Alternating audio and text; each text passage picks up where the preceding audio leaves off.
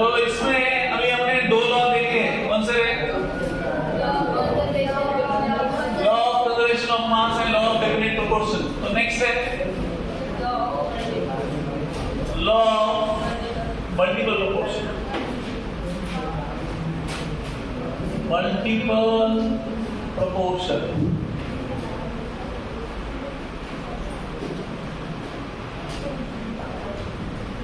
तो law of multiple proportion क्या होता है?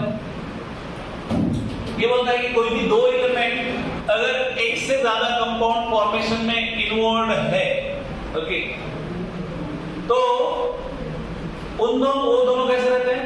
दे are in the whole number ratio में रहते हैं, ओके। तो कैसा यहां पे देखते हैं। फॉर एग्जांपल हमारे पास क्या है? H plus O2 is what? SO2। दूसरा है हमारे पास S plus O3, what is that? SO3, okay. तो यहाँ पे सल्फर और ऑक्सीजन ये दोनों एलिमेंट कॉमन है, बट कंपाउंड फॉर्म किया वो क्या है? सेम है क्या अलग है? कंपाउंड फॉर्म किया वो सेम है अलग है? अलग है ना। ये SO2 है और ये SO3 है। इसको सल्फर डाइऑक्साइड बोलते हैं, इसको सल्फर ट्राइऑक्साइड बोलते हैं। तो वो बोलता है कि ये दोनों अगर है तो ये दोनों का तो कुछ प्रोपोर्शन सेम है, बराबर है। सल्फर तो कांस्टेंट है, तो फिर क्या चेंज हुआ? ऑक्सीजन। तो ये दोनों क्या रहते हैं? होल नंबर रेशियो में रहते हैं। कैसे? O2 का कितना है? 32, ये कितना है? 48, तो रेशियो क्या हुआ? 2:3।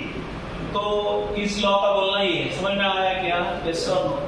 कोई भी दो एलिमेंट अगर एक से ज्यादा कंपाउंड फॉर्म करते हैं, देन जो एलिमेंट का रेशियो, जो एलिमेंट का प्रोपोर्शन डिफर हो रहा है, वो क्या रहते हैं? They are in the simple whole number ratio. समझ में आती है बात? दूसरा एक एग्जांपल लेते हैं। ये हुआ एक। दूसरा हम लोग इसका भी ले सकते हैं। NO2 बनता है, क्या बनता है? N plus O2, let's say it is NO2, और NO2 के साथ NO भी रहता है, तो NO means what?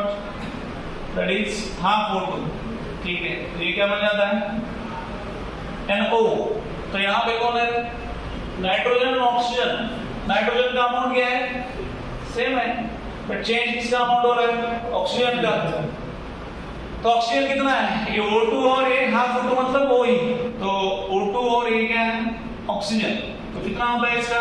32:16, that is 2:1। समझ में आ रहा है? So this is known as law of multiple proportion. Statement लिखो। ये पहले लिख दिया क्या तुम लोग? छापा नहीं ना, मत छापो, रुको ना, पहले स्टेटमेंट तो लिख रहा था, उसके बाद छापो। चलेगा उल्टा, पहले समझ लिया बाद में स्टेटमेंट लिख लिया, कैसे भी करो। चलो स्टेटमेंट।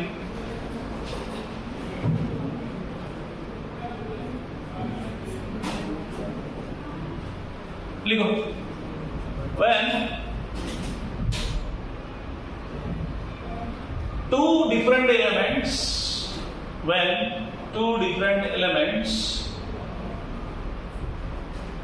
involved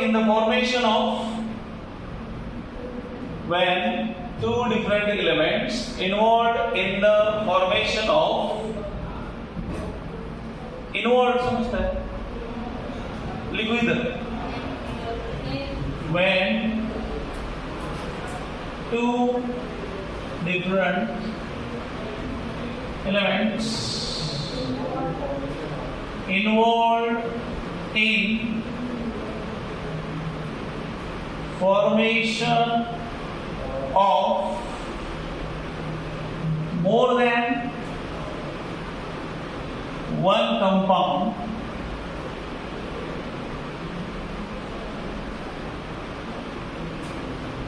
then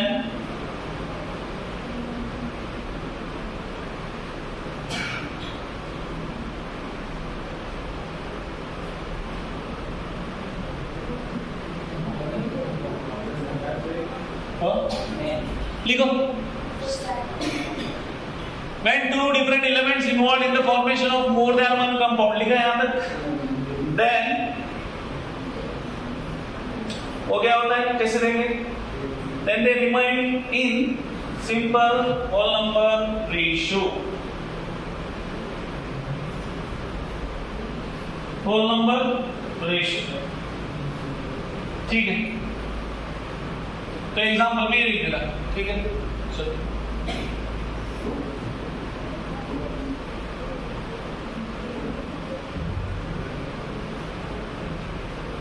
चलो लिखा और एक एग्जाम्पल पे आप उसका ध्यान निकालना वाला। चलो एग्जाम्पल थर्ड, और कौन सा होता है?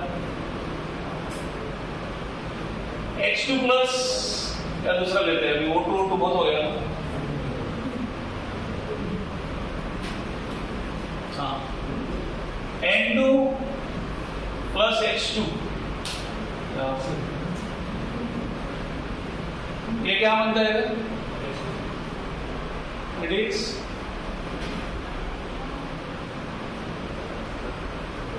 ओके, और दूसरा है N2 प्लस H2, तो ये क्या बनेगा? N2 H2। बताओ बोलो क्या आता है? Yes,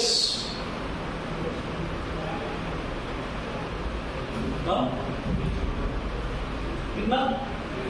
3s2। यहाँ पे देखो, N2 तो कांस्टेंट है, चेंज कौन सा है? H2। H2 कितना है? ये 3H2 है और ये H2 है, तो ये कितना? 6 और ये 2, तो ये कितना? 3s2। ठीक है, समझ में आ रहा है? चलो next. So this was law of कौन सा? Multiple proportion. नेक्स्ट देखो, कितना देखो हो गया यहाँ पर।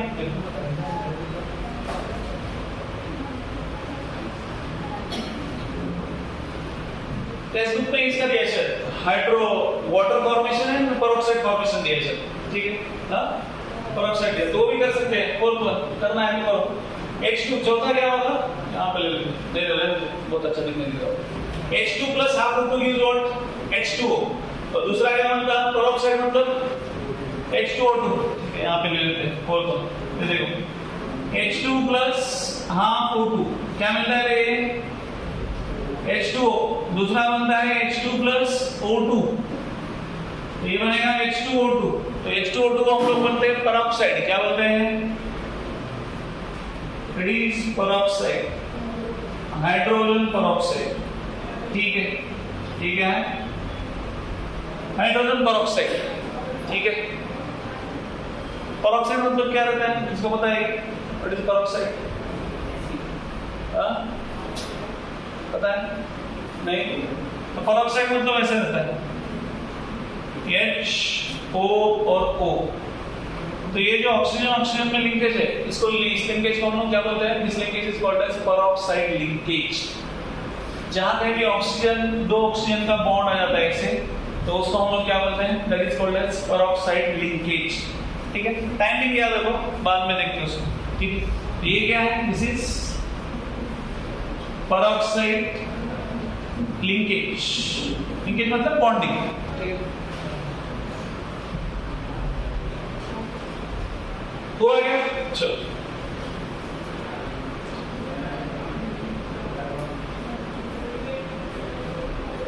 हो गया, तो नेक्स्ट लेते हैं चौथा लॉ।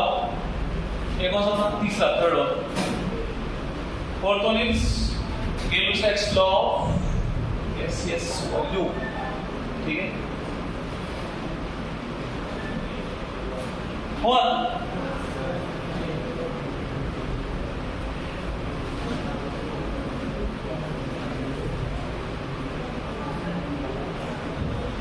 लॉ क्या है? Gaseous volume.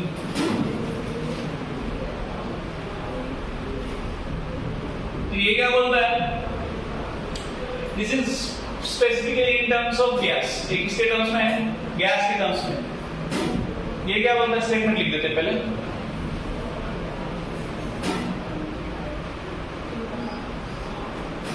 व्हेन क्या कंबाइन होता है, गैसेस कंबाइन और फॉर्म इन केमिकल रिएक्शन, क्या बोल रहे हैं, they do so in simple क्या ratio by volume, और टेम्परेचर प्रेशर का रिलेशन क्या है इस टाइम पे, same, and same temperature and pressure, same temperature and pressure. तो example H2 plus half use what H2O, तो यहाँ पे दिया है H2 का कितना ml है, 100 ml है, इसका कितना ml है, 50 ml, फॉर्म कितना होगा 50 ml, 100 ml फॉर्म का, ठीक है। तो ये क्या बोलता है, ये ml क्या है, व्हाट इज ml, ml किसका यूनिट है, ml किसका यूनिट है, वॉल्यूम का, ये सबको पता है। तो यहाँ पे वो क्या बोलता है कि जो भी गैसेस क्या हो, कंबाइन हो और फॉर्म इन केमिकल रिएक्शन, तो वो कैसे उस कंबाइन होते हैं, that is simple ratio by volume. तो सिंपल रेशियो बाय वॉल्यूम मतलब ये कितना है 100 और ये कितना है 50, तो दोनों का रेशियो क्या होता है 100:50, इट इज 2:1। तो ये कहां पे बोल रहा है, this is in case of only, बाकी की बात नहीं की है, ठीक है। तो ऐसे होता है, ठीक है। आपको अगर वॉल्यूम दिया है तो ये दोनों और जो भी वॉल्यूम है उसका क्या करना है आपको, सिर्फ ratio, that is determined by, किसने डिटरमाइन किया ये, Gay-Lussac's law of gaseous volume. और वॉल्यूम भी कौन से टेम्परेचर पे और प्रेशर पे है, जहां पे क्या है टेम्परेचर और प्रेशर क्या है सेम है, डिफरेंट नहीं है। अगर डिफरेंट हो गया तो ये लॉ एप्लीकेबल नहीं रहेगा, ठीक है। कंडीशन क्या है लॉ की, गैसेस होना चाहिए और उसके साथ में टेम्परेचर और प्रेशर क्या होना चाहिए, सेम होना चाहिए। अगर वो गैसेस नहीं है और दूसरी चीज वहां पे क्या नहीं है, टेम्परेचर और प्रेशर सेम नहीं है, तो ये लॉ एप्लीकेबल है क्या, इट इज नॉट एप्लीकेबल, ठीक है, समझते हो। तो ये हुआ। दूसरा एक ले लेते हैं, ये N2H2 वाला ही चलेगा। देखो हम गैसेस चाहिए ना, तो N2 और हमको पता है 3H2 gives what, twice NH3। तो N2 का वॉल्यूम आपको दिया लेट्स से 200 ml और इसका दिया 50, ये कितना फॉर्म होगा 50। तो मुझे बताओ what is the Gay-Lussac's law, यहाँ पे क्या एप्लीकेबल होगा बताओ, व्हाट इज द रेशियो, हाँ 200, ये कितना है 200, तो ये विल बी 4:1, ठीक है। तो ये क्या आएगा, इट विल बी 4:1। समझते हो क्या, इसे क्लियर एवरीवन क्या है, तो नहीं वो तो हाँ बताओ क्या है, NH3 का 100 ml, क्यों वो 100 ml, यहाँ पे मैंने कंसिडर नहीं किया कुछ एज सच, वो कैलकुलेशन कंसिडर नहीं किया, मैंने जस्ट दिया क्योंकि ये लिमिटिंग रिएक्शन है तो वो उतना ही फॉर्म होगा ना, ये तो खत्म हो जाएगा ना, लिमिटिंग में आते हैं तभी बता देते कि ये जितना रहेगा उतना अमाउंट ही क्या होगा, ये फॉर्म होगा ना। ये इवन तो ज्यादा है बट रिएक्ट करने के लिए है क्या, ये तो 50 खत्म हो गया, रिएक्ट किसके साथ करेगा, वो तो वन रिएक्टेड बचेगा। तो ये एक्सेस है और ये कौन है, लिमिटिंग, तेरी भाषा में पता है, एक्सेस और लिमिटिंग। ये 200 है, रिएक्ट कितना होगा 50 रिएक्ट होगा, बचेगा कितना 150, तो 150 बचा मतलब ये कितना है इसका एक्सेस है और ये लिमिटिंग, उतना ही रिएक्ट करके उतना ही फॉर्म होगा, ठीक है। मैं नहीं किया, जस्ट ले लिए, ठीक है ना। अब बोले सर उसका इतना ml कैसे होगा, तो ऐसा नहीं, सिर्फ ये समझने के लिए लिया है। हाँ क्या है, वर्दी, टूटा वर्दी, हाँ तो क्या होगा इसको, नहीं समझा, क्या नहीं समझा। तुमको H2 का वॉल्यूम कितना दिया है, 100 मतलब 100, और ये कितना दिया है O2, 50। दोनों का रेशो कितना आता है, दोनों का रेशो 50 होता है, दोनों का रेशो कितना आता है, तो फिर वही तो किया।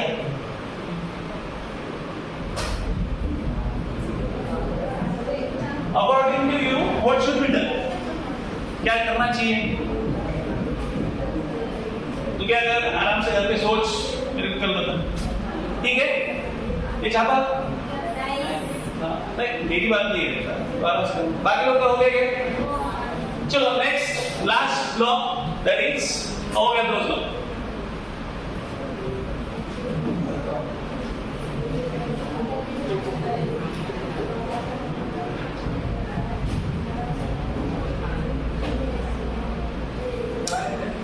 तो अवोगाड्रोस लॉ क्या बोलता है?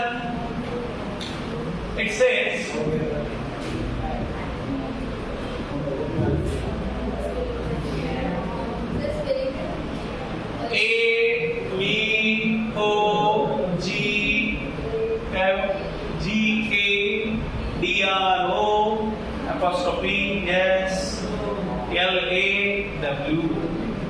that is called Avogadro's law।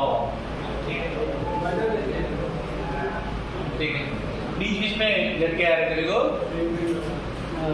Statement क्या है इसका,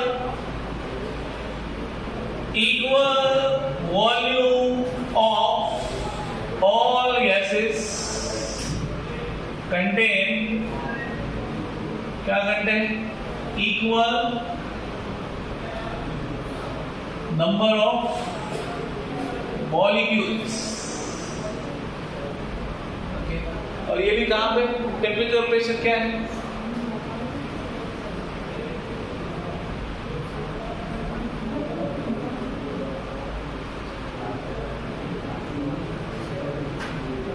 ठीक है। equal volume of all gases contain same number of molecules at same temperature and pressure, okay. तो ये इसको कैसे समझेंगे, देखो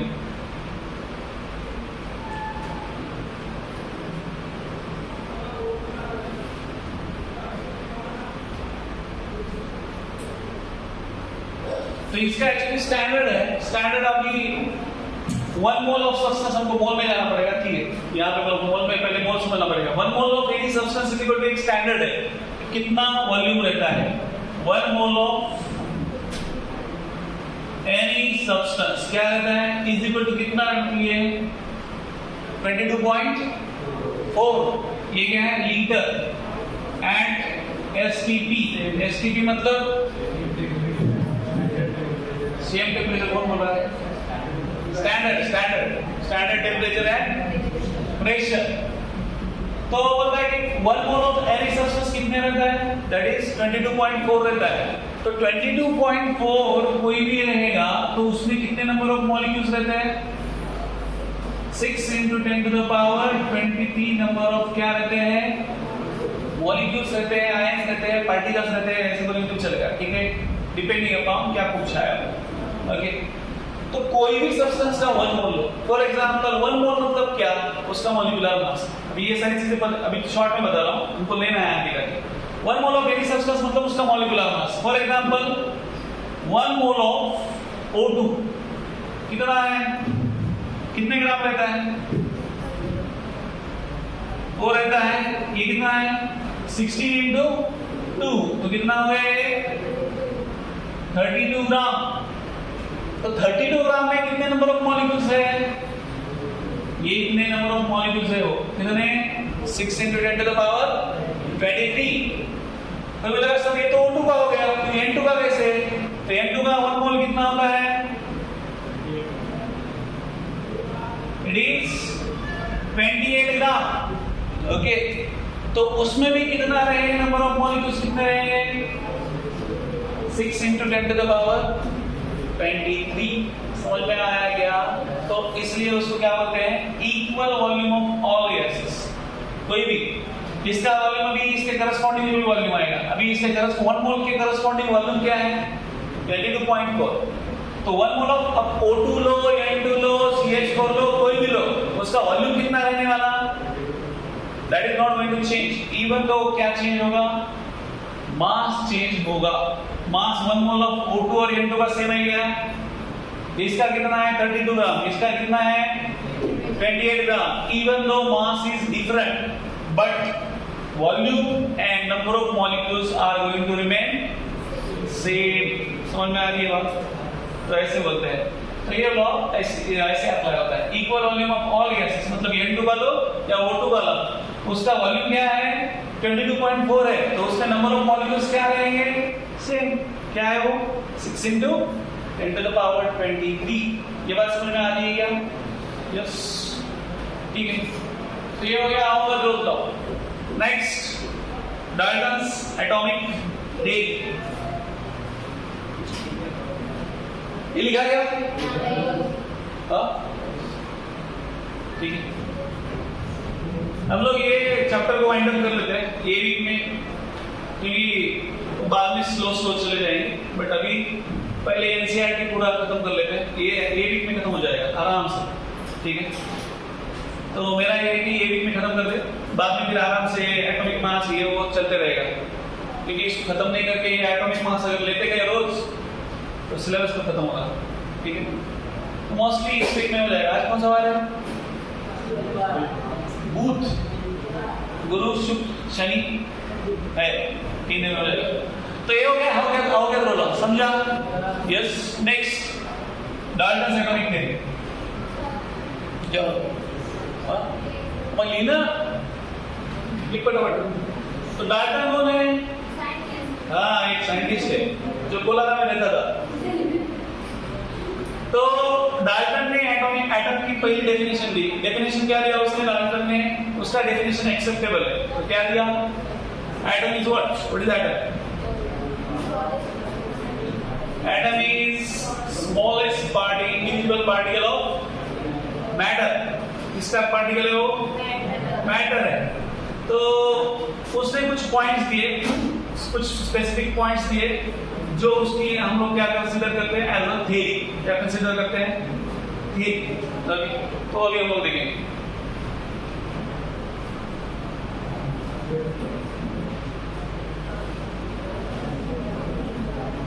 डाल्टन्स एटॉमिक क्या किया? तो what is definition of atom? क्या है?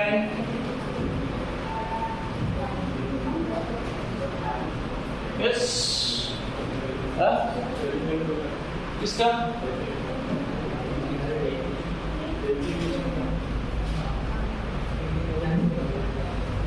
DFINAT है। डेफिनेशन आगे गया, आगे जाइए। नहीं, ठीक है। क्या atom is? It is smallest indivisible particle of क्या है? Particle of matter. Okay, it is smallest indivisible particle of matter. उसको हम लोग क्या बोलते हैं? That is called atom. तो पहला पॉइंट क्या है थ्योरी का? Matter consist of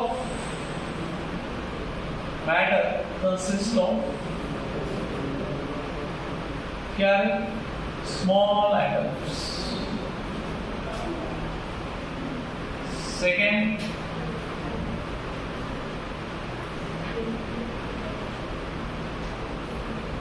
atoms of same element have क्या बोलेंगे? Same properties। भी इसका मतलब होता है आइसोटोप होता है। क्या होता है? आइसोटोप। वो उसने डिफाइन नहीं किया, बट हम लोग समझते हैं, ठीक है।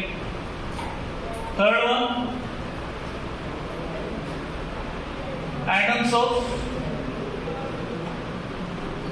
different elements have क्या different properties.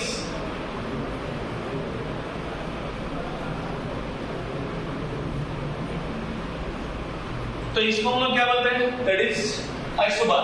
ठीक है, यहां पे सिर्फ हम लोग ब्रैकेट में लिख देते हैं. ये कौन होता है? आइसोटोप. और ये कौन होता है? आइसोबार. ठीक है. 14 है in the formation of compound क्या कंबाइन होते हैं? Different elements combine in fix ratio by mass. In compound क्या formation different elements combine in fixed ratio by mass. ठीक है, फिक्स्ड रेशियो बाय मास. ठीक है. नेक्स्ट, केमिकल रिएक्शन क्या होता है? Chemical reaction is nothing but the rearrangement of atoms. Okay,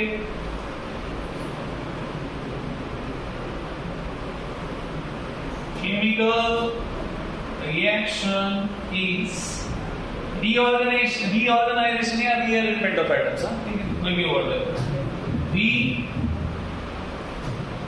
rearrangement of atoms. बराबर. It is rearrangement of atoms. ऐसा matter create होता है या ये होता है क्या? Neither created nor destroyed. ये तो पता है. तो आई थिंक यही 5 मैटर क्या है? कंसिस्ट होता है स्मॉल एटम के फॉर्म में. Then atoms of same element have same properties. तो आपको आइसोटोप पता है सबको, ये बताना है दोबारा. What is isotope? तो ये इसके थ्योरी में नहीं रहता है. एक बात क्लियर कर दो आपको, डाल्टन ने आइसोटोप या आइसोबार डिस्क्राइब नहीं किया. सिर्फ उसने बताया कि सेम एलिमेंट रहेंगे तो उसके सेम प्रॉपर्टीज रहेंगे और डिफरेंट एलिमेंट रहेंगे तो डिफरेंट प्रॉपर्टीज रहेंगे. तो आइसोटोप और आइसोबार बाद में डिस्कस होगा. ठीक है. तो आइसोटोप आप जानते हैं. What is isotope? यहाँ पे डिफाइन करना जरूरी है क्या? तो बता दो व्हाट इज आइसोटोप. ठीक है ना. सेम एट ये क्या रहता है? Isotopes elements having same atomic number but different mass number. उसको क्या बोलते हैं? आइसोटोप. जिसको पता नहीं लिखो. ठीक है, सिर्फ यहाँ पे एग्जांपल लिखता हूँ. तो 6C12 और 6C13 ये क्या है? व्हाट आर दी आइसोटोप है. देन ये atoms of different element have different properties. तो अलग अलग आइटम रहेंगे तो उसमें उसका प्रॉपर्टी क्या रहेगा? अलग रहेगा. तो वो कौन है? That is isobar. तो आइसोबार आपको पता है. What is that? 18 argon 40 20 calcium 40. Even though atomic mass क्या है? सेम है बट इसका प्रॉपर्टी सेम होगा क्या? आर्गन और कैल्शियम. सोचो जरा, आर्गन क्या है? What is argon? Inert gas है. मतलब वो एक्टिव है क्या? नहीं है. But at the same time आप कैल्शियम लेंगे तो कैल्शियम क्या है? It is reactive metal. उसके पास 2 इलेक्ट्रॉन देने की कैपेसिटी है. ठीक है, इसलिए हो गया है it is reactive. But argon reactive है क्या? नहीं. इसलिए क्या बोला है? Atoms of different element have different properties. उसका बिहेवियर भी अलग है. नेक्स्ट, ये तो हमने ऑलरेडी देखा है. इन कंपाउंड फॉर्मेशन अलग अलग एलिमेंट किसमें कंबाइन होते हैं? फिक्स रेशियो बाय मास में. एंड केमिकल रिएक्शन क्या है? It is rearrangement of atoms in which matter is neither created nor destroyed. ये ऐड कर सकते हैं. In which matter is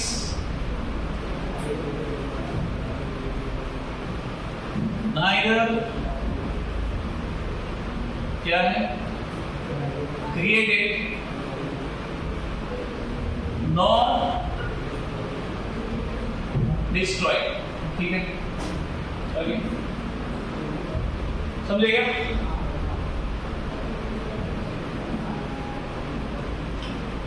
next